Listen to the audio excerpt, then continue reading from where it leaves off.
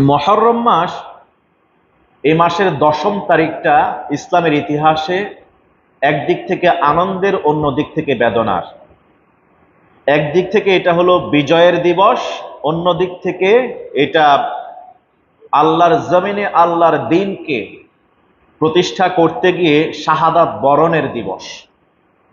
এবং দ্বীন প্রতিষ্ঠাকে কেন্দ্র করে শুধু নিজে নন, নিজের পরিবার পরিজন সবাই একসাথে কারবালার প্রান্তরে শহীদের নজরানা পেশ করার দিবস। এই জন্য যেহেতু শহীদ সুহাদারা উল্লেখযোগ্য শহীদগণ এই দিবসেই আল্লাহর দরবারে পাড়ি জমিয়েছেন বিধায় এক শ্রেণীর মানুষ এই দিবসকে শোকের দিবস হিসেবে পালন করে থাকে। মানুষগুলি এই দিবসটাকে কেন্দ্র করে 3টি ভাগে বিভক্ত হয়ে গেছে, শিয়া, সুন্নি, আহলুস সুন্নাহ ওয়াল জামাআহ, এই 3 ভাগে। শিয়ারা এই দিবসটাকে তাদের শোক আর মাতম বা দুঃখ প্রকাশের মাস এবং দিন হিসেবে তারা নির্ধারণ করে।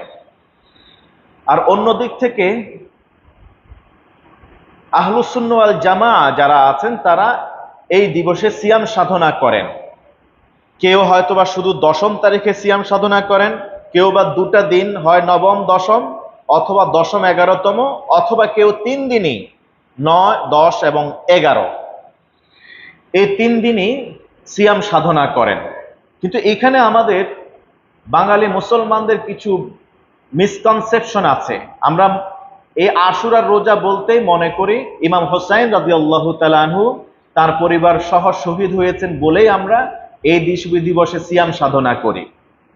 আসলে এর ইতিহাস এরকম নয়। এই দিবসে বেশ কিছু ঘটনা ঘটেছে, কিন্তু অথেন্টিক্যালি প্রমাণিত 2টি ঘটনা, ঐতিহাসিকভাবে মজবুতিভাবে প্রমাণিত 2টি ঘটনা। একটি হলো নবী মূসা আলাইহিস সালাতু ওয়াস সালাম এবং তার সহযোগীদেরকে, অনুসারীদেরকে আল্লাহ সুবহানাহু ওয়া তাআলা লোহিত সাগরে নিমজ্জিত হওয়া থেকে তিনি পরিত্রাণ দিয়েছেন। এই জন্য এটা হলো বিজয়ের দিন।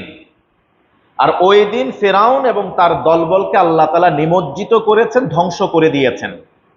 এবং আল্লাহ তাআলা ফেরাউনকে তার সশরীরে অক্ষত অবস্থায় রাখবেন পরবর্তী কালের প্রজন্মদের নিদর্শন হিসেবে।